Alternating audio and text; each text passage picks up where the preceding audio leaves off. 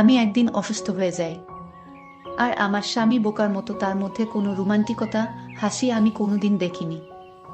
আমি অসুস্থ হওয়ার পর আমাকে হাসপাতালে নেওয়া হয়। তারপর ডাক্তার সাহেব আমার সাথে গোপনে, বাকি কথাগুলো গল্পতেই বলছি। আমার স্বামী আমার থেকে বয়সে বেশ বড়। নিজেকে আমি তার সাথে কিছুতেই খাপ খাওয়াতে পারিনি। বোরিং একটা মানুষ, মিষ্টি করে কথা বলতে জানে না, ভালোবাসা বোঝে না। একজন আনরোমান্টিক মানুষের মধ্যে যে যে গুণ থাকা দরকার তার সবই আছে তার মধ্যে। বিয়ের পর থেকে এখনো কোথাও তার সাথে আমার ঘুরতে যাওয়া হয়নি। রাত বেরাতে জ্যোৎস্নার আলোতে কখনো একসাথে দেখা হয়নি। আমার খুব ইচ্ছা করতো দুজন মিলে একসাথে কোথাও ঘুরতে যাব, রেস্টুরেন্টে খাবো, কিন্তু তার নাকি এসব ভালো লাগে না। জ্যোৎস্না হলে যদি বলি চলো ছাদে যেয়ে একটু জ্যোৎস্না দেখে আসি, সে বলে জানালা দিয়ে দেখো, এত রাতে ছাদে ভূত আছে, ঠ্যাং ধরে আকাশে নিয়ে নিচে ফেলে দেবে। কখনো কক্সবাজার যাইনি আমি। যদি বলি এবার অফিসের চাপ কমলে ছুটি নিয়ে চলো না একটু কক্সবাজার ঘুরে আসি, সে বলে পানি তো আমার বাড়ির সামনে বিলে আছে, ওখানে ডুব দিলেই তো হয়। জিনিস তো একই, সমুদ্রতেও পানি এখানেও পানি। শাড়ি পরলে আমাকে সুন্দর লাগে, অন্তত সবাই তাই বলে। অথচ বিয়ের পর থেকে আজ পর্যন্ত সে আমার প্রশংসা করা তো দূরে থাক, শাড়ি পরলে আমার দিক দুইবার ফিরেও তাকায় না। মুখ ভর্তি দাড়ি, আকর্ষণহীন একজন মানুষ। না বোঝো রোমান্টিকতা, না আছে কথায় মিষ্টতা। আমার বড় আশা ছিল কোনো হ্যান্ডসাম আমার জীবনে আসবে, কিন্তু তখন লজ্জায় মাথা নুয়ে যায় যখন আমার বান্ধবীরা আমাকে বলে হুজুরের বউ। আমি সাজগোজ খুব পছন্দ করতাম, দামি পারফিউম ইউজ করতাম, কিন্তু এখন আমার এসব সব মাটি হয়ে গেছে। আমার ক্লাসমেট সুমাইয়া আমার অন্তরঙ্গ বান্ধবী, তার বিয়ে হয়েছে এক কোটিপতির ছেলের সাথে। বাড়ি আছে, গাড়ি আছে, ইন্ডাস্ট্রি আছে, কোনো কিছুর তার অভাব নেই। প্রায়ই যখন তার সাথে আমার কথা হয় আমাকে খোঁটা দেয়। বিয়ের আগে আমিও স্বপ্ন দেখতাম আমি কোনো কোটিপতির সুন্দর ছেলের সাথে আমার বিয়ে হবে।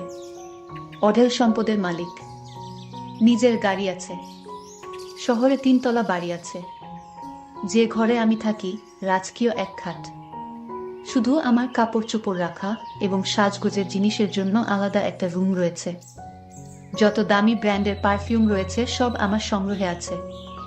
গরমে আমি এসিতে থাকবো, যখন বাহিরে বের হই জামা কোনটা রেখে কোনটা পরবো, ম্যাচিং করে জুতো আর কানের দুল, কালার মিল রেখে মেকআপ, এগুলো নির্বাচন করতেই আমার ঘন্টা পার হয়ে যাবে। ও ড্রাইভ করবে, আমি ওর পাশে বসবো। তার কথা যেন আমার কানেই পড়েনি, সে ভাব নিয়ে আমি বাইরের সবুজ ধান ক্ষেতের দিকে অপলক দৃষ্টিতে তাকিয়ে আছি। কোনো অনুষ্ঠানে গেলে তার বন্ধুরা আমার প্রশংসা করে, তার বন্ধুর স্ত্রীরা আমাকে ঘিরে ধরে, ভাবি শাড়িটা অনেক সুন্দর, কত টাকা দিয়ে কিনেছেন ভাবি, কোনো পার্লার থেকে সেজেছেন, আমি আপনার মতো এমন শাড়ি কোথায় পাবো, আরো কত কি। তখন গর্বে আমার মনটা ফুলে উঠত। বিয়ের পূর্বে প্রতি রাতে এমন স্বপ্ন দেখতে দেখতেই আমি ঘুমোতাম।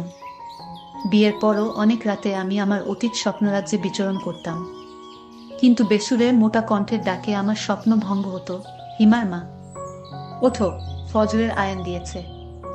এভাবে কত রাতের মিষ্টি স্বপ্ন তিনি আমার ভঙ্গ করেছেন তার হিসেব নেই। এর মধ্যে এক সকালে অনুভব করলাম আমি আবার তৃতীয় মা হতে চলেছি। আমি ভেবেছিলাম সে খুশিতে আমাকে বলবে আমি তোমাকে ভালোবাসি, আমি কোনোদিন তোমাকে ছেড়ে যাব না, সারাটা জীবন যেন আমার সন্তান আর তোমার সাথে বাকি জীবনটা কাটিয়ে দিতে পারি। কিন্তু ও কোনো রিয়াকশনই দেখালো না। খুশি হয়েছে না রাগ হয়েছে না অন্য কিছু, কিছুই বুঝলাম না। শুধু আলহামদুলিল্লাহ বলেই শেষ। মেজাজ তো চরম খারাপ। মনে মনে সারাদিন নিজের কপালকে গালি দিয়েছি। আল্লাহ, এই ছিল আমার কপালে। তোমার দুনিয়াতে কি আর কোনো রোমান্টিক ছেলে ছিল না যে তুমি এই বুড়োর সাথেই আমার বিয়ে দিলে? রাতে দেখলাম এক বস্তা ভরে ফলমূল নিয়ে এসেছে, আমিও দেখে মুখ ঝামটি দিলাম। এভাবেই দিন যাচ্ছিল। আমার বারবার মনে হতো যদি তোমার আগে মরে যাই।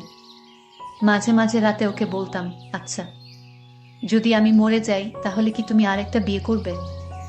ভাবতাম ও হয়তো গল্পের নায়কদের মতো আমাকে বলবে, আরে না পাগলি, তুমি মরে গেলে আমিও মরে যাব, আর যদি বেঁচে থাকি তাহলে সারা জীবন তোমার স্মৃতি নিয়ে থাকব। কিন্তু দেখা যেত তার কোনো রিয়াকশনই নেই, চুপ করে থাকতো।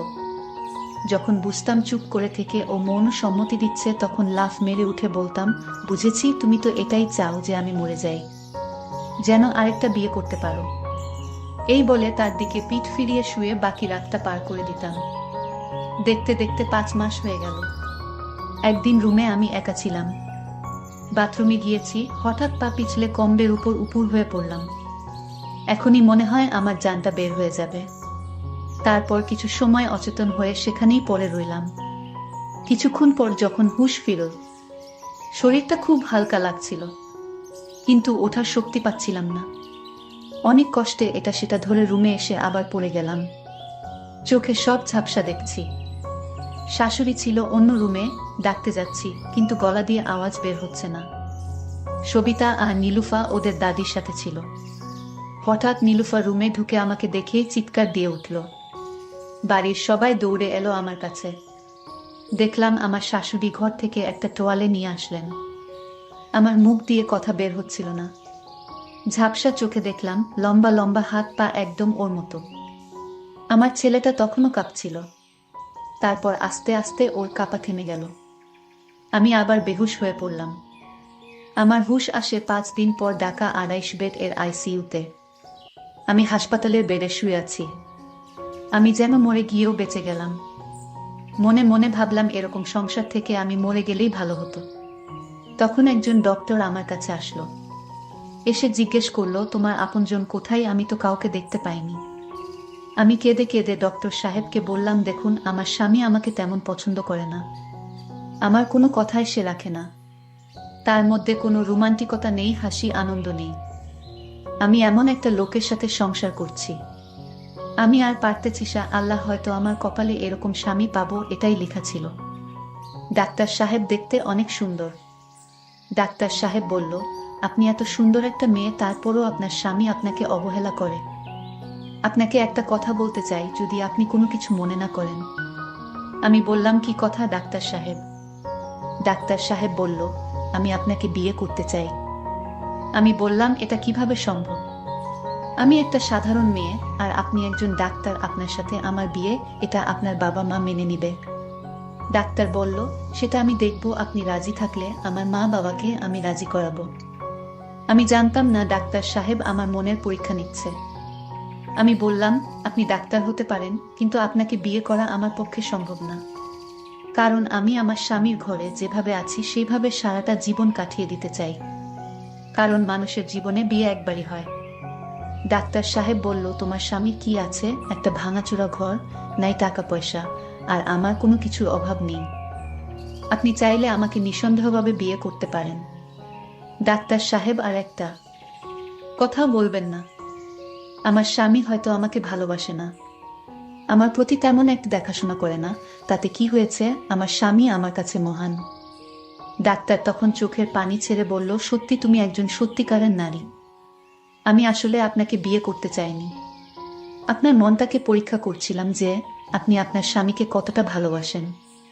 তারপর ডাক্তার সাহেব আমাকে এমন দৃশ্য দেখালো, সেটা দেখে আমি অবাক হয়ে যাই। ডক্টর সাহেব বলতে লাগলো, আপনি ভেবেছেন আপনি অপেক্ষা করছেন, কিন্তু কেউ আপনাকে দেখতে আসে না। আপনি ভেবেছেন আপনার স্বামী আপনাকে ভুলে গেছে। ভেবেছেন আপনার শ্বশুর বাড়ির কেউই আপনাকে দেখতে আসলো না হাসপাতালে। আপনি দুঃখে কষ্টে কান্না করছেন। ভেবেছেন এখন ওদের বাড়িতে নতুন বউ আনার আলোচনা চলছে, হয়তো সে পাত্রী তালাশে ব্যস্ত। আরও বিভিন্ন আজে বাজে চিন্তা আপনার মাথায় ঘুরপাক খেতে লাগল, তাই তো? তারপর দিন কেটে যায়, আপনাকে দেখতে কেউ আসে না।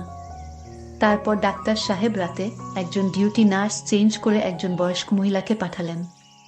মহিলা নার্স এসে আমার মাথায় হাত দিয়ে বলেন, মা, আপনি ভালো আছেন? আমি মাথা নেড়ে সম্মতি জানাই। উনি বললেন, আপনাকে নিয়ে তো সবাই খুব ভয় পেয়ে গিয়েছিল। ডাক্তাররা আপনাকে অ্যাডমিট করতে চায়নি। সবাই বলছিল আপনি বড়জোর আর 3 ঘন্টার মতো বাঁচতে পারেন, তার বেশি না। আমি বললাম, কেন? উনি বললেন, আমার ডায়াবেটিস আর প্রেসার দুটোই নাকি অনেক বেশি হয়ে গিয়েছিল। শেষে ওর কাছ থেকে বন্ডসই নিয়ে তারপর আমাকে আইসিইউতে নেওয়া হয়। তিনি আমাকে বললেন, ওই লম্বা হুজুরটা মনে হয় আপনার স্বামী। লোকটা আপনার জন্য অনেক কষ্ট করেছে। আজ 4 দিন দিন রাত 24 ঘন্টা হাসপাতালে পড়ে আছে। কোনো খাবার খাচ্ছে না, যেন পাগলের মতো হয়ে গেছে।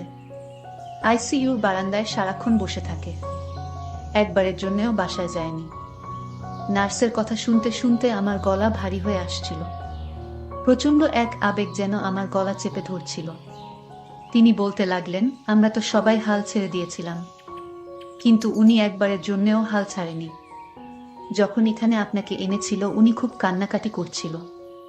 আমি মনে মনে ভাবছিলাম, এই লোকটি সত্যিই কি আমার জন্য কাঁদতে পারে। তিনি বলছিলেন, আমরা তো সবাই উনার কান্না দেখে অবাক হয়ে গিয়েছিলাম। আমি একপাশে মুখ ফিরিয়ে বললাম, তাও তো আমাকে একবার দেখতে এলো না। তখন সেই নার্স আমার বাম পাশের জানালার পর্দাটা সরিয়ে দিয়ে আমাকে হাত দিয়ে ইশারা করে বললেন, ওই যে দেখেন।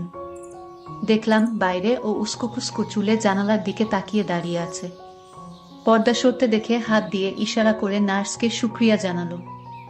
নার্স বললেন, আইসিইউতে বাইরের কেউ আসা নিষেধ, এভাবে রুগী দেখানোও নিষেধ। কিন্তু আপনার স্বামীর অনুরোধে আমার খুব মায়া হলো। আপনার স্বামী আমার পায়ে পড়ে বলল, প্লিজ আপনি আমার দূর থেকে দেখার সুযোগ করে দিন। একথা বলে কান্নাকাটি করছিলেন। তারপর আমার খুব মায়া হলো। আপনার তো হুঁশ ছিল না এই 5 দিন। আপনার স্বামীকে আমি দেখলাম সারা রাত নামাজ পড়তেন আর কান্না করে বলতে লাগলেন, আমার স্ত্রীকে বাঁচিয়ে দাও আল্লাহ, আমি আমার জীবনে আর কোনো কিছুই চাই না। আল্লাহ, আমার স্ত্রীর প্রতি তুমি দয়া করো। আমি আপনার স্বামীর কান্না নামাজ দেখে ভাবলাম, একজন মানুষ একজন স্ত্রীকে এতটা ভালোবাসতে পারে। তিনি আমাকে খুব অনুরোধ করে বলেছিলেন যেন অন্তত আমি একবার জানালার পর্দা সরিয়ে তাকে আপনাকে দেখার সুযোগ করে দেই। আমি বলেছিলাম, পর্দা সরালেও তো দূর থেকে চেহারা দেখতে পাবেন না। তিনি বলেছিলেন, অবয়বটা দেখতে পেলেই তিনি শান্তি পাবেন। তাই প্রতিদিন আমার শিফটে আমি আসার পর কিছুক্ষণের জন্য জানালার পর্দাটি সরিয়ে দেই। তখন দেখতে পাই তিনি অপেক্ষায় আছেন। তিনি হাত নেড়ে আমাকে শুকরিয়া জানান।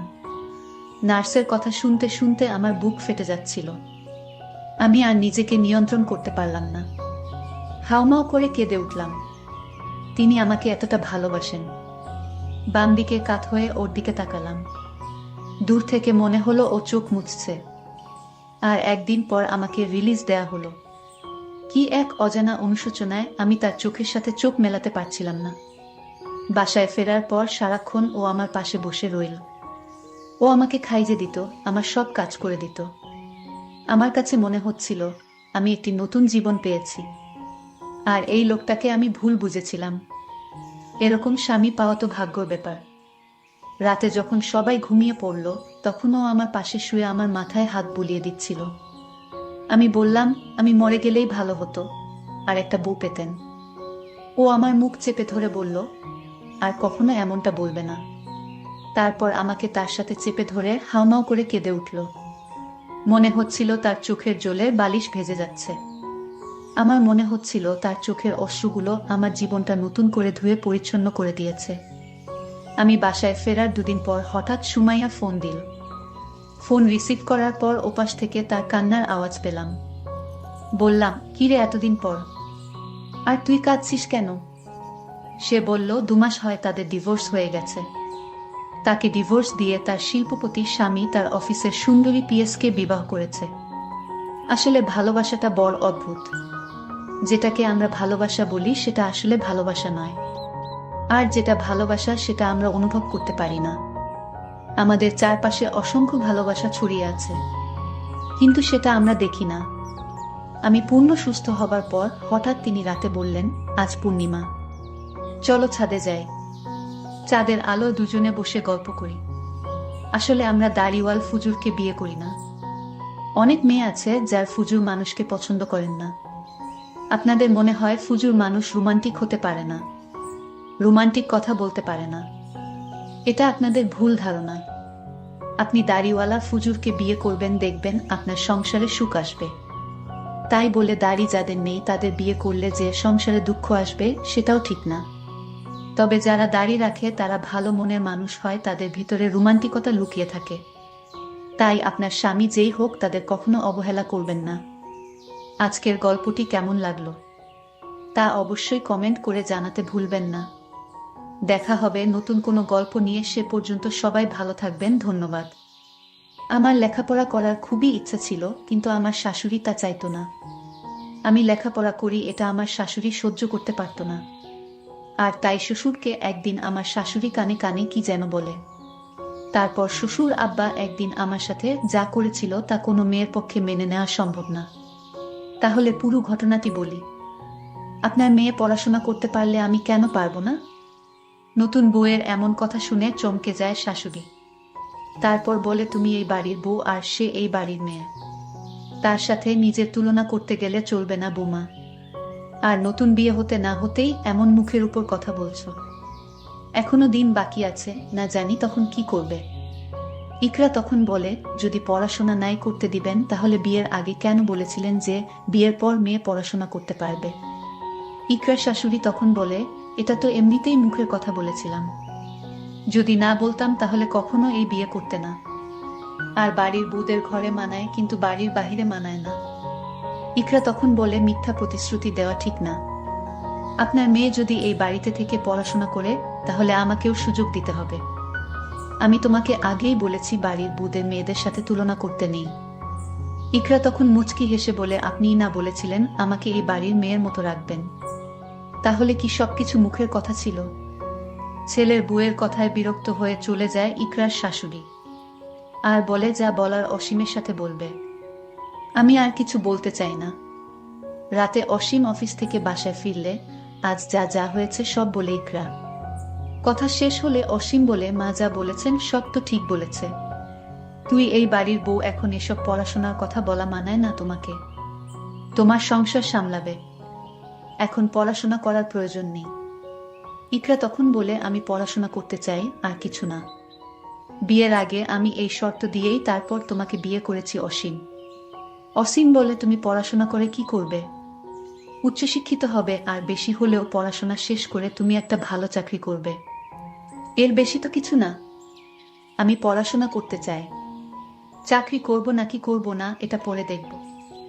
নাইম বলে, এত কিছু দরকার নেই, আমি তো আছি।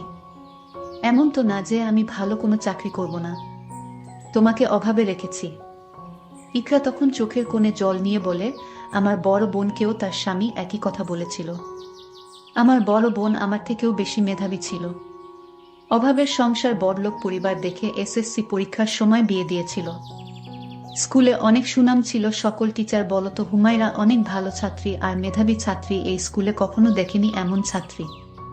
কিন্তু এসএসসি পরীক্ষার সামনে করে বিয়ে হয়ে যায়। বিয়ের পরে আমার বোন বলেছিল পড়াশোনা করার দরকার নেই। ঠিক এমনি প্রতিশ্রুতি দিয়েছিল, কিন্তু আজ আমার বোন ঘরে বসে আছে। ডিভোর্স হয়ে গেছে, কোলে 3 বছরের একটা সন্তান। যদি ঠিক মতো পড়াশোনা করতে দিত তাহলে মানুষের বিভিন্ন কথা শুনতে হতো না, সবকিছু নিজেই গুছিয়ে নিতে পারত। অসীম তখন বলে, তোমার কি মনে হয় আমাদের সম্পর্ক একদিন নষ্ট হয়ে যাবে? আমি জানি না কি হবে, তবে এতটুকু জানি সম্পর্ক গড়তে অনেকটা সময় লাগলেও ভাঙতে কিন্তু 1 মিনিট যথেষ্ট। আমার আপুর সাথে যা হয়েছে তারপর থেকে আমি আর কাউকে বিশ্বাস করি না। অসীম বলল, আচ্ছা ঠিক আছে, আস্তে আস্তে বিশ্বাস হয়ে যাবে। এটা বলে অসীম চলে যেতে চাইল। দরজা থেকে বাহির হওয়ার সময় পিছন থেকে ইকরা বলল, দাঁড়ান। পিছন থেকে ফিরে দাঁড়ায় অসীম। আপনি কিন্তু আমার কথার এখনো জবাব দেন নাই। জবাব না দিয়ে চলে যাচ্ছেন, এটা কিন্তু ঠিক না। অসীম বলল, কিসের জবাব? ইকরা কিছুটা অস্বস্তি নিয়ে বলল, আমি আপনার সাথে আমার পড়ালেখার কথা বলেছিলাম। অসীম বলল, এই বিষয় নিয়ে পরে ভেবে দেখব আমি। মাত্র 1 সপ্তাহ বিয়ে হয়েছে, ধৈর্য ধরো। আর 3 মাস পরে আমার এইচএসসি ফাইনাল পরীক্ষা। আমি আর সময় অপচয় করতে চাই না। আমার ভাই নাইমকে বলে দিয়েছি আমার বইগুলো দিয়ে যেতে। কালকে সকালে নাইম আসবে। এখন আপনাদের থেকে অনুমতি নেওয়ার জন্য আমার দরকার নেই, কারণ আমি বিয়ের আগেই বলেছি ঘর সংসার সামলাপ আর পড়াশোনা করব। অসীম কিছুটা বিরক্ত নিয়ে চলে যায়। এতক্ষণে অসীম বুঝে গিয়েছে ইকরা অনেক জিদ্দি একটা মেয়ে, যা বলছে তাই করবে। পরের দিন সকালে ভাই আসে। আজ শুক্রবার, সবাই বাসায় আছে। নাইম এসে কলিং বেল বাজায়। অসীমের মা এসে দরজা খুলে দেয়। নাইমের হাতে বড় একটা ব্যাগ দেখে বলে, এই ব্যাগের মধ্যে কি আছে? নাইম বলে, আপুর ফাইনাল পরীক্ষা 3 মাস পরে। তাই বইগুলো দিতে আসলাম। এই কথা শোনার পরে অসীমের মায়ের মাথা গরম হয়ে যায়। তারপর অসীমের সামনে এসে বলে, তুই কি অনুমতি দিয়েছিস পড়াশোনার জন্য? না, আমি কিছু বলি নাই পড়াশোনা নিয়ে। ইকরা বলে দিয়েছে পড়াশোনা করার জন্য কারোর অনুমতি নেওয়ার দরকার নেই। আর বিয়ের আগে পড়াশোনার জন্য অনুমতি দেওয়া হয়েছে। তাহলে এখন আর সমস্যা কিসের? সমস্যা আছে, তুই বুঝবি না। বুকে মাথার উপর তুলে রাখা যাবে না। আজ তোর কথা শুনে নাই, কালকেও শুনবে না। এভাবে আস্তে আস্তে তোর কথায় কোনো পাত্তা দিবে না। ইকরা এসে ভাইকে রুমের মধ্যে নিয়ে গিয়ে শরবত খেতে দেয়। অনেক রোদের মধ্যে আসছে, মুখটা একদম পুড়ে গিয়েছে। ক্লাস 9-এ পড়ে নাই। অসীমের মা বলে, তুই দাঁড়া, আমি মজা দেখাচ্ছি। বইসহ এখনই আমি ওর ভাইকে বিদায় করে দিচ্ছি। অসীম বলে, না মা, এমন কিছুই করবে না। চলেই যখন এসেছে কোনো ঝামেলা করবে না তুমি। নতুন বিয়ে হয়েছে, এটা যদি ইকরার বাবা মা জানে তাহলে একটা সমস্যা সৃষ্টি হবে, আর ডিভোর্সও হয়ে যেতে পারে। এখানে মান সম্মানের একটা বিষয় আছে। নাইম ওর বোনকে বলে, আপু, তোর শাশুড়ি তোর পড়াশোনার অনুমতি নিয়ে কি বলছে? আগেই তো বলা হয়েছে তুই বিয়ের পর পড়াশোনা করতে পারবি। নাইম ওর দুলাভাইয়ের সাথে বাইরে গিয়েছে, তখন ইকরার শাশুড়ি এসে বইয়ের ব্যাগটা নিয়ে চলে যায়। ইকরা বাধা দিতে চাইলে ধাক্কা মেরে পাশে ফেলে দেয়। ইকরা মাথায় প্রচণ্ড আঘাত পায়। ঠিক তখনই রুমে তার শ্বশুর অবস্থিত ছিল। শ্বশুর তাকে হাসপাতাল নিয়ে যায় এবং ব্যান্ডেজ করে বাসায় চলে আসে। আমার শ্বশুরকে আমার শাশুড়ি ডাক দিলেন, এইদিকে আসেন, কথা আছে আপনার সাথে। শ্বশুর তখন ডাক শুনে চলে গেলেন। আমার শাশুড়ি আমার শ্বশুরকে কানে কানে কি যেন বললেন। আমি শুনতে পাইনি। আমার কেন জানি আমার শ্বশুরকে সন্দেহ হলো। আমার শাশুড়ি কার পড়া পেয়ে শ্বশুর আগের মতো আমার সাথে তেমন ভালোভাবে কথা বলে না। অসীম রাতে বাড়িতে ফিরল, তখন তার মাথায় ব্যান্ডেজ দেখে বলল, কি হয়েছে তোমার, ব্যান্ডেজ কেন তোমার মাথায়? আপনার মা আমাকে ধাক্কা মেরে ফেলে দিয়েছে, আমি আমার ভাইয়ের কাছ থেকে বই নিয়ে পড়তে বসলাম তাই। আমি আগেই বলেছি তুমি এসব পড়াশোনা এখন বাদ দাও, কি হবে এত লেখাপড়া করে। এই কথা বলে অসীম বলল, আমার একটা চাকরি হয়েছে শহরে, তাই আমি আগামীকাল চাকরিতে চলে যাব। আমি তোমার সকল খবর ফোনে নিব। মায়ের সাথে ঝগড়া করবা না। তোমার যা কিছু লাগে আমাকে ফোনে বলবা, আমি সব তোমাকে দিব। আমার কিছুই দরকার নেই। কত স্বপ্ন ছিল লেখাপড়া করার, আপনি এটাই যখন দিতে পারলেন না, তাহলে আমার আর কিছুই চাওয়ার নেই। অসীম বলল, আমি আগে চাকরিতে জয়েন দেই, তারপর দেখা যাবে। পরদিন সকালে সবার কাছ থেকে বিদায় নিয়ে চলে গেল আমার স্বামী অসীম। এইদিকে শাশুড়ির কান পড়া পেয়ে আমার শ্বশুর যেন কেমন হয়ে গেছে। আমার দিকে তার শ্বশুর সবসময় এক অন্যরকম দৃষ্টিতে চেয়ে থাকে আর বলে, বৌমা চিন্তা করো না, সব ঠিক হয়ে যাবে। এখন আমি আমার স্বামীর রুমে একা ঘুমাই। একদিন রাতে আমার রুমে আমি একটা অদ্ভুত শব্দ পেলাম, মনে হয় কে যেন আমার রুমে হাঁটছে। আমি এই শব্দ শুনে ঘুম থেকে উঠে দেখলাম কেউ নাই আমার রুমে। এটা তো শহরের বাড়ি, আর এখানে তো কোনো ভূত থাকার কথা না। তাহলে কে আমার রুমের পাশে ছিল? আমার মনে মনে সন্দেহের সৃষ্টি হলো। এটা কি হতে পারে, মানুষ না অন্য কিছু? এসব ভাবতে ভাবতে আমি ঘুমিয়ে পড়লাম। ঘুমের মধ্যে আবার আমি আমার রুমে একটা শব্দ পেলাম, শব্দটা হাঁটার। মনে হয় আমার রুমে কেউ হাঁটছে। দেখলাম আমার রুমে কেউ নাই। আমার মনে হয় আমি দুঃস্বপ্ন দেখেছি। আর ঘুম হলো না। সারা রাত জেগে রইলাম। এরপর দিন আমি আবার ঘুমাতে গেলাম। ঠিক তখন রুমের জানালা দিয়ে লক্ষ্য করলাম কে যেন আমাকে লক্ষ্য করছে। আমি দেরে গেলাম, জানালার কাছে গিয়ে দেখলাম কেউ নাই, তবে কিছুটা যেন আমার সুরের মতো আন্দাজ করলাম। তাহলে কি আমার সুর? না, এখানে সুর আসবে কেন? আমি একটা দুশ্চিন্তার মধ্যে পড়ে গেলাম। আসলে আমার সাথে এমন হচ্ছে কেন? এর মধ্যে শাশুড়ির ডাক পড়ল, বুমা কোথায় তুমি? এত সময় ঘুমালে হবে। আমার শাশুড়ি বলল, কে নাও মা, অনেক বেলা হয়েছে। শাশুড়ির আদর যেন উদলে পড়ছে। এই তো কতদিন আগে শাশুড়ি আমার ধাক্কা দিয়ে মাথায় আঘাত করে, আর আজ তার এত দরদ কোথায় থেকে এলো? আমার শাশুড়িকে কেমন যেন এক সন্দেহ হলো। আমি কোনো কথা না বলে আমার রুমে ঘুমাতে গেলাম। পরদিন সকালে ঘুম থেকে উঠে আমি যখন নাস্তা করতে বসি, তখন আমায় ডাক দিল আমার শ্বশুর। আমি শ্বশুরের রুমে গিয়ে দেখি শ্বশুর নেই। কি আশ্চর্য, আমি কিছুই বুঝতে পারছি না, আমার সাথে এটা কি হচ্ছে। আমার মাথায় নানা রকম চিন্তা আসতে শুরু করলো। আমি এখন মনে মনে সিদ্ধান্ত নিলাম, এটা কে এবং কেন এখানে আসে, আমার কাছে কি চায়, আমার সবকিছুই জানতে হবে। যতদিন পর্যন্ত আমি জানতে পারবো না, ঠিক ততদিন পর্যন্ত আমার মন কিছুতেই শান্তি হবে না। এর মধ্যে আমার স্বামী অসীমের ফোন আসলো। আমি ফোনটা রিসিভ করি। আমার স্বামী আমায় বলল, কেমন আছে? আমি বললাম, ভালো, তুমি কেমন আছো? ভালো। আচ্ছা, তোমার কোনো সমস্যা হয়নি তো? মা বাবার সাথে মিলেমিশে থেকো, ঝগড়া করো না। আর তোমার কিছু লাগবে? আমি বললাম, না, কিছু লাগবে না। যদি লাগে তাহলে আমি বলবো। ঠিক আছে, আমি সামনের সপ্তাহে বাড়িতে আসবো, তুমি কোনো চিন্তা করো না। এরপর আমি মনে মনে সিদ্ধান্ত নিলাম, আমার রুমের পাশে কে থাকে এই রহস্য বের করতে হবে। আর কিভাবে ধরা যায় তার জন্য ঘরের দরজার কাছে, অর্থাৎ যেখানে সে পা রাখে, সেখানে আমি পায়ের চাপ নেওয়ার জন্য বা জুতার চাপ নেওয়ার জন্য আমি একটু মাটি পানির সাথে ভিজিয়ে কাদা করে ঘরে যেভাবে মোচন করে, ঠিক সেইভাবে রুমের নিচের জায়গাটায় কাদা দিয়ে মোচন করে দিলাম। এখন যে কেউ এখানে এসে দাঁড়ালে তার জুতার ছাপ লেগে থাকবে, আর তা দেখে আমি সহজেই বের করতে পারবো এটা কে এবং কি চায়। পরদিন সকালে যখন আমি ইচ্ছে করেই রুমে যাই, তখন আমি লক্ষ্য করলাম এখন কেউ আসে না।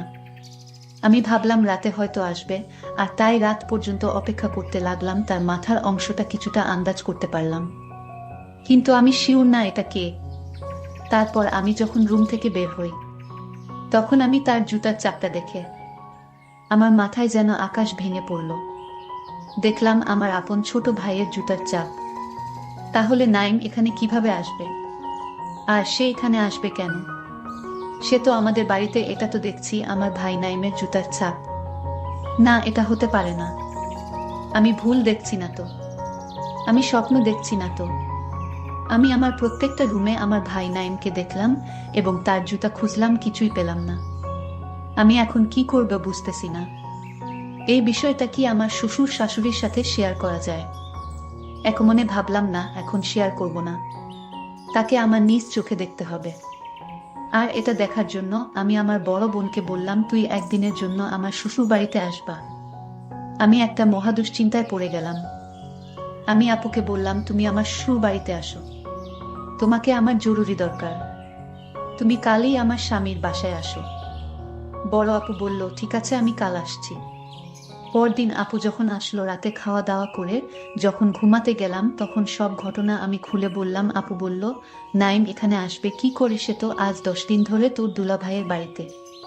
তোর দুলাভাই ব্যবসার কাজে গেছে, তাই বাড়িতে কেউ নাই, তাই আমি একা একা থাকতে ভয় পাই, আর তাই নাইমকে নিয়ে গেলাম আমার বাসায়। কি বলো আপু, তাহলে নাইমের জুতার ছাপ এখানে কি করে এলো? ঠিক আছে, তুই কোনো চিন্তা করিস না, কালের রহস্য আমি খুঁজে বের করব। তারপর আপু আর আমি ঘুমিয়ে গেলাম। সকালে আমার বড় বোন বলল, আমি আগে থেকেই রুমের জানালার পাশের রুমে আমি একটা মোবাইল নিয়ে দাঁড়িয়ে থাকব, আর রাত যখন হবে তখন আমি ওই রুম থেকে দেখব সেটা কে তোর রুমে আসে এবং তোর কাছে কি চায় সব ভিডিও করে ফেলব, তাহলেই সে ধরা পড়বে। আমি বললাম, আপু তোমার মাথায় এত বুদ্ধি আছে। পরদিন রাত হলো, আপু আগে থেকেই রেডি, আর আমি এইদিকে রুমে গিয়ে শুয়ে পড়ার ভান করলাম। তখন রুমের দরজার কাছে একটা লোক আসলো এবং দরজাটা দিয়ে প্রবেশ করলো রুমে। সেটা আপু দেখতে পেল এবং কয়টা ছবি তুলে ফেলল। ছবিতে যে লোকটি ছিল তা দেখে আমি অবাক হয়ে গেলাম। সেটা আর কেউ না, এটা হলো আমার শ্রদ্ধেয় শ্বশুর আব্বা। কিন্তু এটা যদি শ্বশুর আব্বা হবে, তাহলে নাইমের জুতার চাপ এখানে আসলো কি করে? কিন্তু ছবিতে ভালো করে লক্ষ্য করলাম, শ্বশুর আব্বার পায়ে যে জুতা ছিল সে জুতা নাইমের। মানে আমার শ্বশুর আব্বা নাইমের জুতা রুমের দরজার কাছে আসতো। নাইম যেদিন আমার স্বামীর বাড়িতে বই দিতে আসলে, সেদিন নাইমকে শ্বশুর আব্বা নতুন জুতা কিনে দিয়েছিল, আর তার পায়ের জুতাগুলো আমার শ্বশুর অন্যরকম বাহানা দেখিয়ে জুতা রেখে দিল। শ্বশুর কেন আমার ভাই নাইমের জুতা পরলো সেটা পরে বলছি। তার আগে বলি, আমি যখন ঘুমের ভান করে শুয়ে রইলাম, তখন শ্বশুর আব্বা আমার রুমে ঢুকলো। তারপর আমার স্বর্ণের অলংকারের সাথে একটা তাবিজ বেঁধে দিল, আর আপু জানালা দিয়ে ভিডিও করলো। তাবিজটা বেঁধে রুম থেকে বের হয়ে গেল। আমি আমার স্বামীকে ফোন দিলাম, বললাম তাড়াতাড়ি বাড়িতে আসো, জরুরি কথা আছে। আমার স্বামী আমার কথা মতো রওনা দিয়ে দিল। বাড়িতে আসার পর আমার স্বামীকে আমার বড় বোন ভিডিওটা দেখালো। শ্বশুর আব্বাকে আমার স্বামী ডাক দিয়ে বলল, বাবা এসব কি দেখছি? তুমি আমার স্ত্রীর অলংকারের সাথে তাবিজ বাঁধলা কেন? বাবা তখন সব বলে দিল, আমার কোনো দোষ নেই বাবা, সব দোষ তোর মায়ের। তোর মা আমাকে একটা তাবিজ দিয়ে বলল, তুমি বৌমার গলায় তাবিজটা পরিয়ে দিও, তাহলে বৌমা এসব পড়াশোনার কথা ভুলে যাবে। আর এমনও হতে পারে তার স্বামীর প্রতি হিংসা বেড়ে যেতে পারে এবং তাকে ডিভোর্স দিয়ে চলেও যেতে পারে। তোর মায়ের তোর স্ত্রীকে পছন্দ হয়নি, সে নাকি মুখের উপর কথা বলে, আর তাই জাদু করার সিদ্ধান্ত নেয় যেন সে এ বাড়ি থেকে চলে যায় স্বেচ্ছায়। বাবা তোমরা একাই থাকো এ বাড়িতে, আমি আমার স্ত্রীকে নিয়ে এ বাড়ি থেকে চিরদিনের জন্য চলে যাচ্ছি। বুক ভরা কষ্ট নিয়ে বাড়ি থেকে শহরে চলে এলাম। কিছুদিন পর আমার মা বাবা আমার কাছে গিয়ে বলল, বাবা আমি চেয়েছিলাম বোমা সারাদিন বাড়িতে থাক, আমি চাই না বোমা লেখাপড়া করে চাকরি করুক, এতে বাড়ি শূন্য শূন্য লাগবে, আমার গল্প করার মতো কেউ থাকবে না। আর এই জন্য জাদু করেছিলাম যেন বোমা লেখাপড়ার কথা ভুলে গিয়ে সংসারে মনোযোগ দেয়। চলো বাবা বোমাকে বাড়িতে নিয়ে যাই। আমি মায়ের কথা ফেলতে না পেরে আমি আবার সেই বাবার বাসায় ফিরে আসলাম। বন্ধুরা গল্পটি কেমন লাগলো তা অবশ্যই কমেন্ট করে জানাবেন। ধন্যবাদ।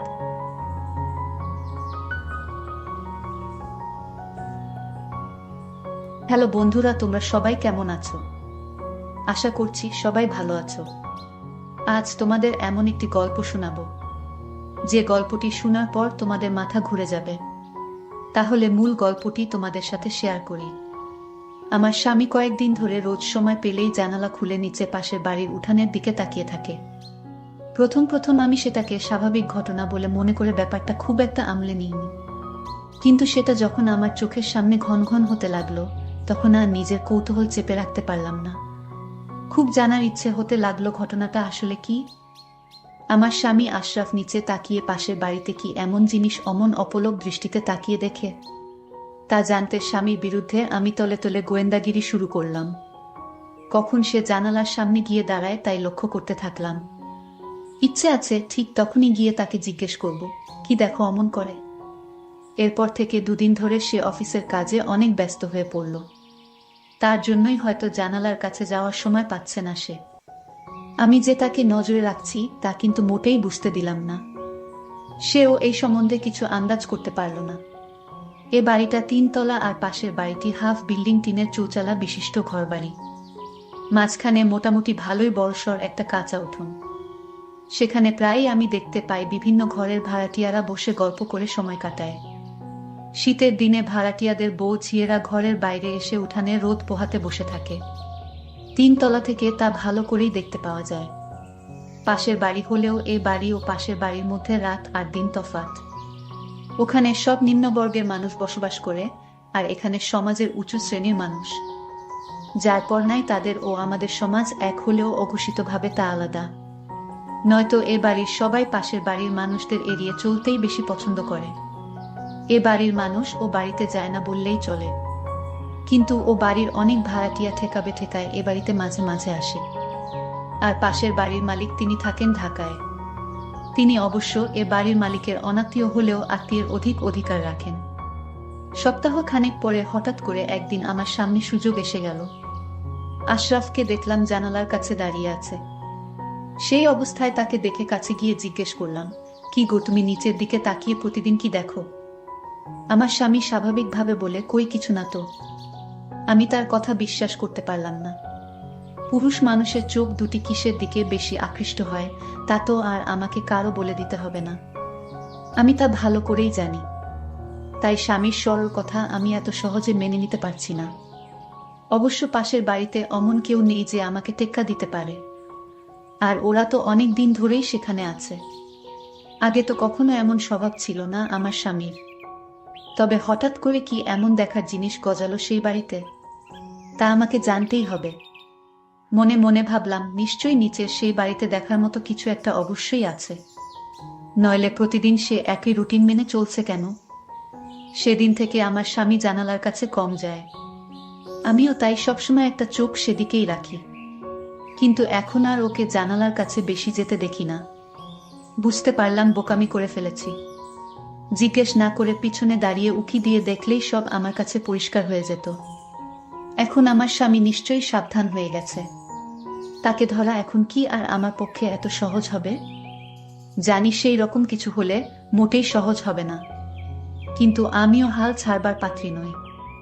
বিয়ের পরে মা আমাকে পৈপি করে বলে দিয়েছেন, শোনো মা, পুরুষ মানুষকে কখনো চোখের আড়াল করতে নেই, তবে দেখবি কই না কই গিয়ে একটা না একটা অঘটন ঘটিয়ে ছাড়বে।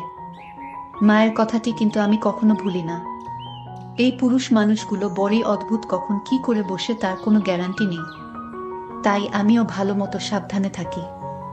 স্বামীকে যথাসম্ভব চোখের দৃষ্টিতে বেঁধে রাখার চেষ্টা করি। একদিন আমার স্বামীকে বললাম, টুকিটাকি কিছু জিনিসপত্র কেনার দরকার, চল মার্কেটে যাই। আমার স্বামীর শরীর ভালো নয় বলে আমাকে একাই মার্কেটে যেতে হলো। তাই বাধ্য হয়ে তাকে ঘরে রেখে মার্কেটে গিয়ে এটা সেটা কিনে তাড়াতাড়ি ফিরে এসে দেখি ঘরের দরজা খোলা। আমিও আর ডাক না দিয়ে আস্তে আস্তে ঘরের ভিতর প্রবেশ করলাম।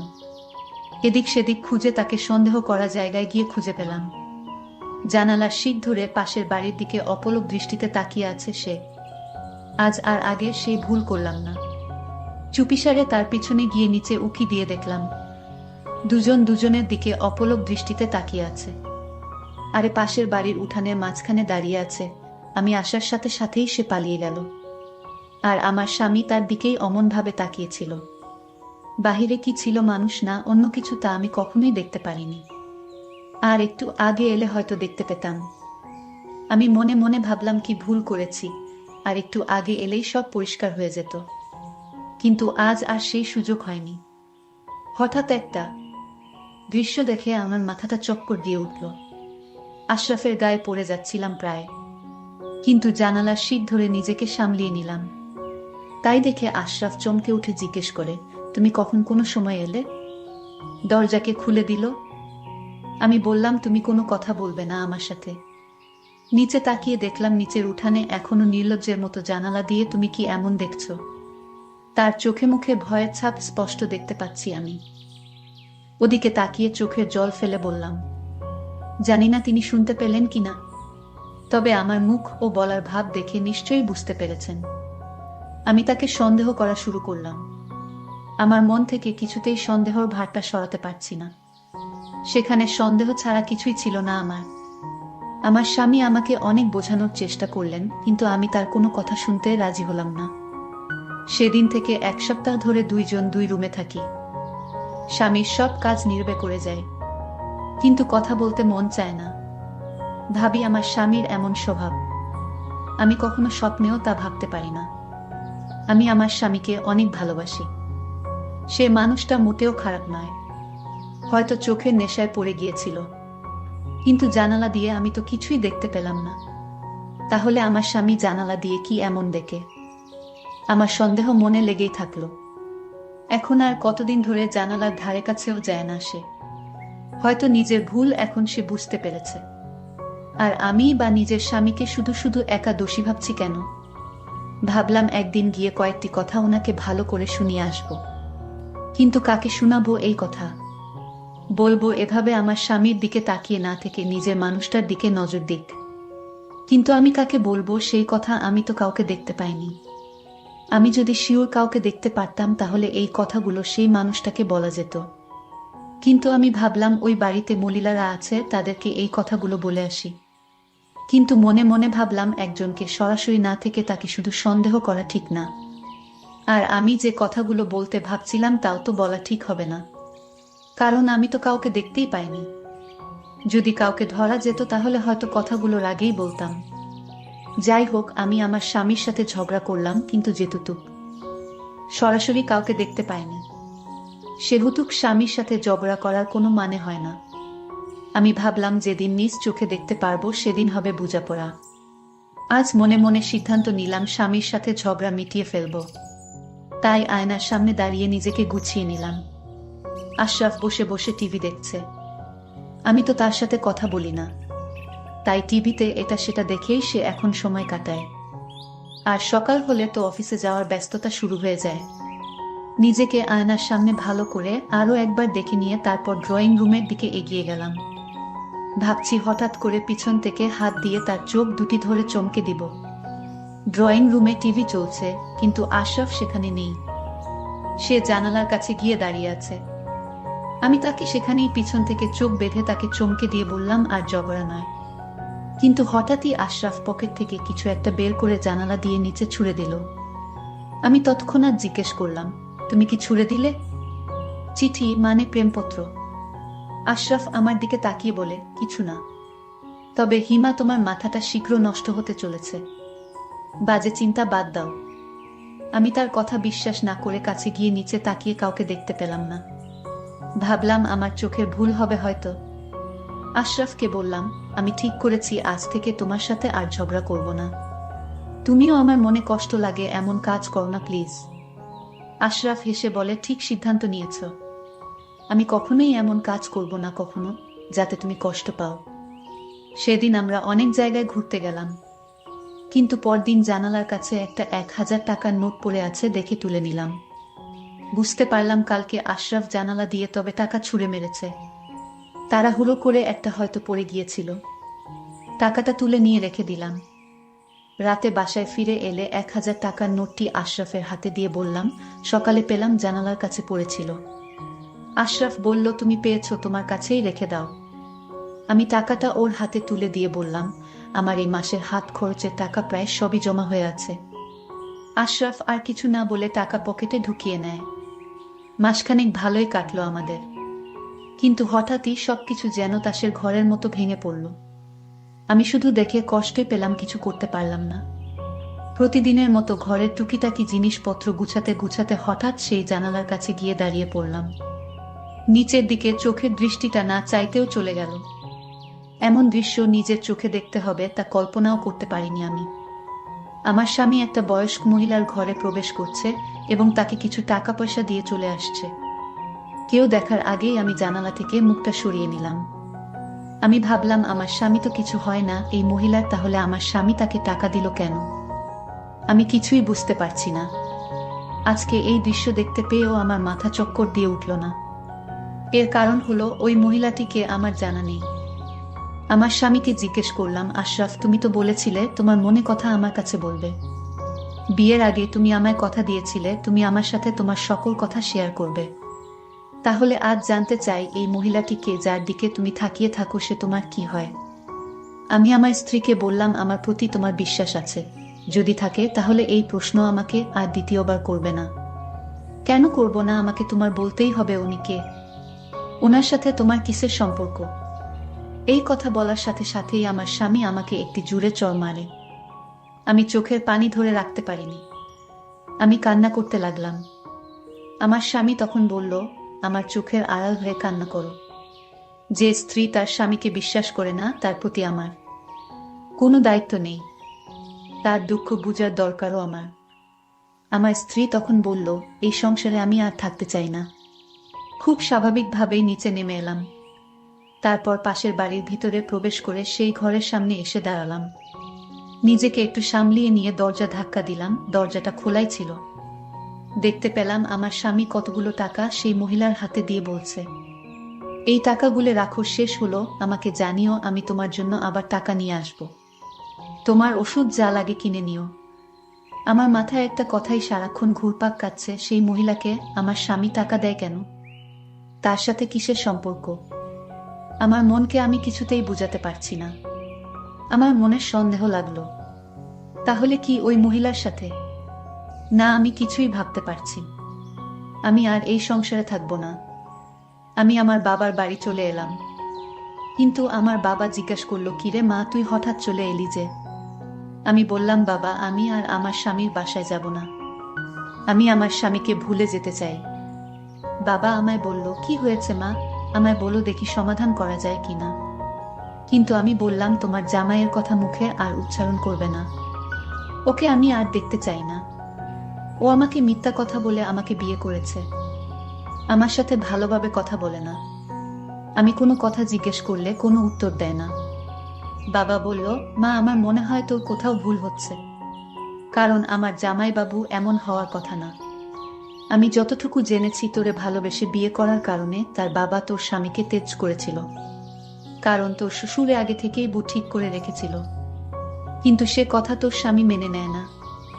সে তার বাবার কথার অবাধ্য হয়ে তোকেই বিয়ে করেছিল। আর সকল সম্পত্তি থেকে বঞ্চিত হয়েছে। আর সে অন্য কাউকে ভালোবাসতে পারে সেটা আমার বিশ্বাস হয় না রে মা। আমি বলি কি তুই তোর স্বামীর কাছে ফিরে যা, তোর মঙ্গল হবে। হঠাৎ আমার স্বামী আমার বাড়িতে এসে পড়ল। আমি বললাম, তুমি এখানে আসছো কেন?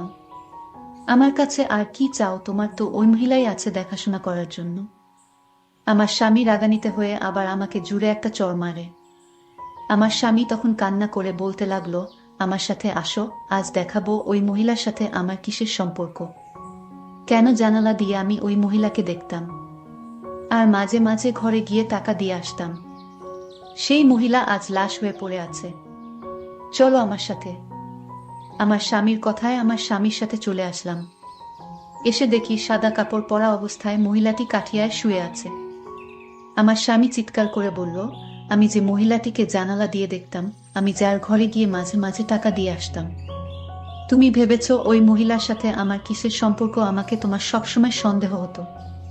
যে মহিলাটির দিকে আমি চেয়ে থাকতাম সে হলো আমার জনম দুঃখিনী মা, আমার গর্ভধারিণী মা।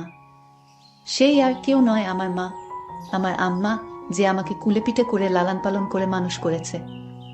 আমার স্বামী এই কথা বলছিল আর হাউমাউ করে কান্না করছিল। তার চোখে যেন জলের সাগর বইছে। আমার স্বামী আমাকে বলল, জানো হিমা, আমি যখন তোমাকে ভালোবাসতাম তখন আমার বাবা আমাদের এই বিয়েটা মেনে নিতে পারেনি। কিন্তু আমার মা আমাকে সাহস দিয়ে বলেছিল, বাবা তুই যাকে ভালোবাসিস তাকেই বিয়ে করো। আমি আমার মাকে বললাম, মা তুমি দোয়া করো। এইদিকে আমার বাবা আমাকে তেজ করেছে। শুধু তোমার জন্য আমি সবকিছু ছেড়ে শহরে আসি। আমার কাছে মনে হয়েছিল সম্পদের চেয়ে আমার কাছে তুমি অনেক দামি, কারণ আমি তোমায় ছাড়া বাঁচব না। আর তাই আমি তোমাকে বাবার অবাধ্য হয়ে বিয়ে করেছি। আমি যখন বাড়ি থেকে বের হয়ে আসি তখন আমার মা আমাকে দেখার জন্য ছটপট করত। ঘুমাতে পারতো না, বাবাকে বলতো আমার ছেলেকে এনে দাও। আমার বাবা মায়ের কথা কিছুতেই শুনতো না। আমার মা একদিন বলল, আমি আমার ছেলের কাছে চলে যাব। বাবা তখন উত্তর দিল, চলে যেতে হলে চিরদিনের জন্য চলে যাও, এ বাড়িতে আর আসতে পারবে না। আমার মা মান সম্মানের দিকে চেয়ে বাবার কাছেই রইল। কিন্তু আমার বাবাকে কৌশল করে আমার মা বলল, গ্রামে ভালো লাগে না। আমার মা জানতো আমি কোথায় থাকি, আর আমার বাসার পাশে একটা ভাড়া বাসা রাখে, যাতে আমার মা আমার মুখখানা দেখতে পারে।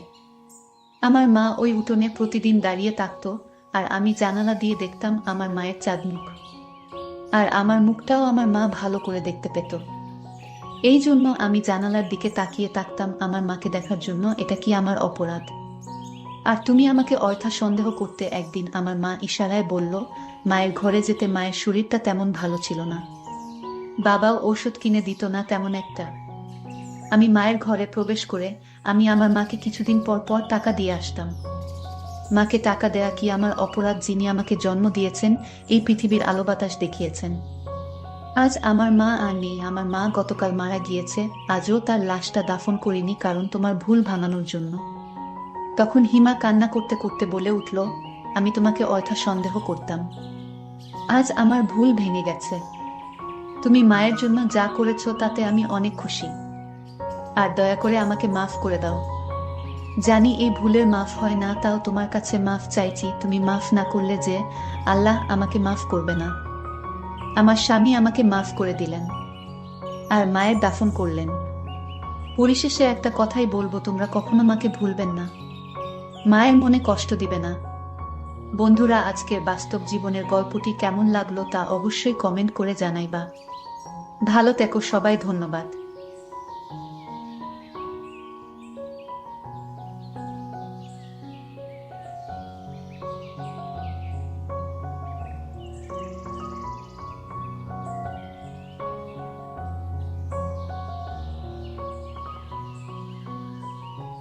আমি ছোট থাকতেই আমার মা মারা যায়। আমাকে মানুষ করার জন্য বাবা আরেকটি বিয়ে করে। আমি ছোট বড় সবাইকে আপনি করে ডাকতাম। আমার একটা সৎ ভাই ছিল। আমার সৎ ভাইয়ের চরিত্র তেমন একটা ভালো ছিল না। একদিন আমার সৎ ভাই আমাকে তার বন্ধুর বাসায় নিয়ে। তাহলে শুনুন আমার বাস্তব জীবনের গল্পটা। আমার নাম টিনা আক্তার। গরিব পরিবারের মেয়ে আমি। বাবা কৃষি কাজ করে, টিনা পড়ালেখায় অনেক ভালো, তাই পড়ানোর আগ্রহটা ও বেশি। টিনাকে পড়াতে চাই, তাই তো কষ্ট করে হলে ও ভার্সিটিতে ভর্তি হয়েছে। আজই গ্রাম থেকে এসেছে, এসেই এমন এক অবস্থায় পড়েছে। টিনা দেখতে অসম্ভব সুন্দর, অনেক নরম মনের, যখন তখন যাকে তাকে বিশ্বাস করে ফেলে। লেখাপড়া ছাড়া আর কোনো কিছু বুঝে না। গরিব হলেও অনেক আদরের টিনা সবার চোখের মণি। কিন্তু টিনার বাবার পক্ষে এত টাকা জোগাড় করা কষ্ট হচ্ছিল। কোথায় থেকে এত টাকা আনবে? মেয়েটার বড় ইচ্ছা কলেজে লেখাপড়া করে বড় কিছু হওয়ার। কিন্তু আমার তো নুন আনতে পান্তা পুরাই। আমার বাবা রাত দিন পরিশ্রম করে আমার লেখাপড়ার খরচ বের করত, কিন্তু বাবার কষ্ট আমার কিছুতেই সহ্য হতো না। আমি বাবাকে বললাম, বাবা, আমার জন্য তোমার এত কষ্ট করতে হবে না, আমি লেখাপড়ার খরচ আমি নিজেই বের করতে পারবো। বাবা বলল, তুই কেমন পারবি? বাবা, তুমি কোনো চিন্তা করো না, শুধু আমার প্রতি দোয়া রাখো, আমি ভার্সিটিতে পড়ালেখা করব। বাবা, এটা আমার স্বপ্ন। আমার একটা ছোট ভাই ছিল। আমার মা ছোটবেলায় মারা যান, কিন্তু আমার বাবা আরেকটি বিয়ে করেন, কারণ সংসারে রান্না বাড়া করার মতো কোনো লোক ছিল না। আর তাই বাধ্য হয়ে বাবা বিয়েটা করল। আমার ছোট মাও আমাকে খুব ভালোবাসেন, নিজের মায়ের মতো আমিও দেখি। কিন্তু আমার একটা ছোট ভাই ছিল, তার নাম জিসান। সে লেখাপড়ায় খুবই কাঁচা। লেখাপড়া না করে সারাদিন আড্ডা মারে বন্ধুদের সাথে। লেখাপড়ার প্রতি তার কোনো আগ্রহ নেই। আমার ছোট ভাইয়ের কোনো মতলব ভালো না। সে কিছুদিন আগে বন্ধুদের সাথে ঝগড়া করেছে, একটা ছেলেকে মেরেছে। কিন্তু এই ছেলের চিকিৎসার সমস্ত খরচ আমার বাবার বহন করতে হয়েছিল। আমার বাবার কথার অবাধ্য থাকতে সবসময়। আমি এত ভালো লেখাপড়া করি, তার প্রশংসা শুনলে তার মাথা নিচু হয়ে যেত। আমার প্রশংসা সে কিছুতেই সহ্য করতে পারত না, কারণ আমি তার ছোট বোন ছিলাম। নিজের আপন বোন হলে আজ সে খুশি থাকতো হয়তো। যাই হোক, আমার সৎ ভাই কিছুদিন পর একটা মেয়েকে পছন্দ করে। তাকে সে বিয়ে করতে চায়, কিন্তু তার তো কোনো কর্ম নেই, বিয়ে করে কিভাবে সংসার চালাবে? বাবা তাকে নিষেধ করেছে যে তুমি এখন বিয়ে করতে পারবে না, আগে একটা চাকরি করো, তারপর দেখা যাবে। আমার সৎ ভাইটি তখন বাবার সাথে রাগারাগি করল। বলল, ওই মেয়েকে না পেলে সে বাঁচবে না, নিজেও মরে যাবে, আর কত কি বলতে লাগলো। আমার ভাই বাবার সাথে রাগ করে বাড়িতে থেকে চলে গেল। একটা বেসরকারি প্রতিষ্ঠানে চাকরি নিল আমার ছোট ভাই। এর মধ্যে মেয়েটির বিয়ে হয়ে যায় অন্য জায়গায়। যার জন্য সে চাকরি নিল তাকেই পেল না। আমি তাকে সান্ত্বনা দিলাম, ভাইয়া, আমি তোমাকে এর চেয়ে ভালো মেয়ে আমার ভাইয়ের জন্য নিয়ে আসব। সে তখন আমায় বলল, আপু, তোরে একটা কথা বলি। আমি বললাম, কি কথা ভাইয়া? জিসান বলল, আমি তোর লেখাপড়ার সমস্ত খরচ আমি দিব, আমি তোর স্বপ্ন পূরণ করব। এই কথাটা শুনে আমার ভালো লেগেছিল, কিন্তু হঠাৎ এত মায়া আমার জন্য কেন হলো তা নিয়ে আমার মনে কৌতূহলের সৃষ্টি হলো। আমি বললাম, ভাইয়া থাক, তোমার কষ্টের টাকা দিয়ে আমার লেখাপড়া করতে হবে না। ভাইয়া তখন বলল, তাহলে তুই আমাকে পর ভাবিস। আমি তার উত্তরে বলেছিলাম, পর ভাববো কেন, তুমি তো আমার ভাইয়া। কিন্তু আমার খুব স্বপ্ন ছিল কলেজে লেখাপড়া করার, আর তাই রাজি হলাম ভাইয়ার কথায়। ভাইয়া বলল, তুমি রাজি হয়েছ আমার টাকায় লেখাপড়া করবে, তবে আপু, আমার একটা কথা তোমার শুনতে হবে। আমি বললাম, কি কথা শুনতে হবে? তখন সে বলল, পরে বলবো, তবে আমি যা বলি তাই তোমার শুনতে হবে আপু। আমি বললাম, ঠিক আছে, আগে কলেজে ভর্তি হওয়ার টাকা দাও, তারপর দেখি। তখন আমার ভাইয়া ভার্সিটিতে ভর্তি হওয়ার জন্য টাকা দিল। আমি কলেজে ভর্তি হলাম। আমার এত ভালো লাগছিল, আমি লেখাপড়া করব, ভালো একটা চাকরি করব। আমি ভার্সিটিতে যেদিন প্রথম পা রাখলাম, আমি এত বড় ভার্সিটি দেখে অবাক হয়ে তাকিয়ে দেখছে আর ভাবছে এত বড় ভার্সিটিতে পড়ব। আমি চারপাশে দেখছে আর খুশি মনে হাঁটছে। কত ছাত্র ছাত্রী ঘুরে বেড়াচ্ছে আশেপাশে বড় বড় বিল্ডিং, রাস্তা দিয়ে হেঁটে যাচ্ছে আর স্বপ্নের রাজ্যের কথা ভেবে চলেছে। একটু পর পর চোখের চশমাটা ঠিক করছে, এটা তিনার একটা অভ্যাস ধরতে গেলে। তিনার ইচ্ছে ছিল এমন বড় ভার্সিটিতে লেখাপড়া করার, আজ তা পূরণ হতে যাচ্ছে, ভাবতেই খুশি লাগছে। হঠাৎ কারোর সাথে ঠাস করে করে ধাক্কা খেয়ে নিচে পড়ে গেলাম। স্বপ্নের কথা ভাবতে ভাবতে একটু বেশি অন্যমনস্ক হয়ে গেছিলাম। নিচে পড়ে উপরে তাকাতে ও পারলাম না। তার আগেই কেউ ঝড়ের গতিতে আমাকে উঠিয়ে ঠাস করে চর বসিয়ে দিল। আমি অবাক হয়ে সামনের মানুষটার দিকে তাকিয়ে আছি। একটা মেয়েকে দেখলাম, তাকে দেখে মনে হলো কোনো বড়লোক ঘরের মেয়ে। সে আমাকে বলল, তোর তো সাহস কম না, আমাকে ধাক্কা দিস আমাকে। আরো কয়েকটা ছেলে মেয়ে ছুটে এলো মেয়েটার কাছে। সুরমা, কি হয়েছে রে? এই মেয়েটার জন্য আমি পড়ে গেছিলাম, ওর সাহস কি করে হলো আমাকে ধাক্কা দেওয়ায়? কে এই মেয়ে? নতুন মনে হচ্ছে। এই মেয়ে কখন ভার্সিটিতে ভর্তি হলো? সুরমার বন্ধুরা বলল, তারা এই মেয়ে নতুন হলে তো ওকে দেখে ছাড়ব। সুরমার বন্ধু রামিম বলল, ঠিক বলেছিস, সুরমার শাস্তিটা ও হয়ে যাবে। কিন্তু রাহুল তো এখনো আসে নাই, ওকে ছাড়াই কি করবি? ও আসলে হবে না, এর আগেই মেয়েটাকে ধাক্কা মেরে ফেলে দেওয়ার শাস্তি দিতে হবে। আমি ওদের কথার কোনো কিছু বুঝতে পারছে না। কি বলছে ওর মাথায় ঢুকছে না। আমি ভাবছি আমাকে কেন মারলো? আমি কি ইচ্ছে করে ধাক্কা দিয়েছি? অনেক কষ্ট লাগছে, কিন্তু কিছু বলতে পারছি না, চুপ করে আছি। এই যে মেয়ে, তোমার নাম কি? একটু ভয় পেয়ে বললাম, আমি টিনা। একটু দেখে চলতে পারলে না? এখন তো ওরা তোমাকে প্রতিশোধ নিবে। তুমি দেখে চললে এমন হতো না। আমি কথাগুলো ভাবছিলাম, হঠাৎ ওই ছেলে এসেগুলো বলল, ওই মেয়েরা সবাই আমার দিকে আসছে।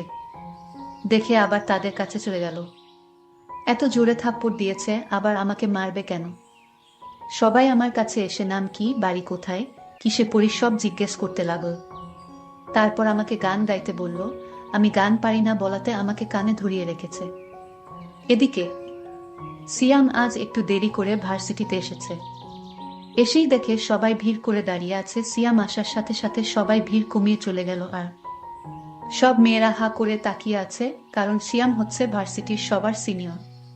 সব মেয়েরা জয়ের দিকে হা করে তাকিয়ে আছে। সিয়াম গাড়ি থেকে নেমে ওর ফ্রেন্ডদের দিকে যেতে লাগল। এখানে কি হয়েছে? এত ভিড় জমাচ্ছে কেন? আমাকে তখন ছেলেটি জিজ্ঞেস করলো, তুমি কে, আর তুমি আমার বান্ধবীকে ধাক্কা মেরে ফেলে দিলে কেন? আমি তাকে বললাম, দেখুন, আমি না দেখে তার সাথে ধাক্কা লেগে গেছে, আর এর শাস্তি হিসেবে আমাকে চড় মারলেন। তাও কি তাদের আমাকে প্রতিশোধ নেওয়ার বাকি আছে? তখন হঠাৎ লক্ষ্য করলাম আমার ভাই আসছে কলেজের দিকে। আমি মনের ভিতর খুব সাহস হচ্ছে, ভাইয়া যখন আসছে তাহলে ওদের হাত থেকে আমার ভাইয়া আমাকে রক্ষা করবে। কিন্তু আমার ভাইয়ার রূপ দেখে আমি অবাক হয়ে গেলাম। আমার ভাইয়া বলল, সিয়াম আমার বন্ধু, আর বন্ধুর বান্ধবীকে তুমি ধাক্কা দিয়ে মাটিতে ফেলে দেওয়ার কারণে তোমার অনেক শাস্তির বাকি আছে। আমি ভাইয়াকে বললাম, ভাইয়া আমি তোমার বোন, তুমি ওদের পক্ষে কথা বলছো। ভাইয়া তখন বলল, চুপ, কে তোর ভাই? আমি কারো ভাই না। ওর বান্ধবীকে মারার জন্য আজ তোর রেহাই নেই। তোর কত বড় সাহস, তুই আমার বন্ধুর বান্ধবীকে মারলি। এর জন্য তোর মাসুল দিতে হবে। আমার চোখের পানি কিছুতেই আটকাতে পারলাম না। মনে মনে ভাবলাম, আজ যদি সে আমার মায়ের পেটের আপন ভাই হতো, তাহলে কখনো ওদের পক্ষ নিয়ে কথা বলতো না। নিজের বোনের জন্য জীবন দিয়ে দিত, তাও বোনকে বিপদে ফেলে চলে যেত না। আসলে পর কখনো আপন হয় না, হতে পারে সে আমার শত ভাই। সৎ ভাই এরকম আচরণ করবে? আমি তখন কান্না করতে লাগলাম। আমার কান্না দেখে ওরা হাসতে লাগলো, আর বলতে লাগলো, কেঁদে কোনো লাভ নেই।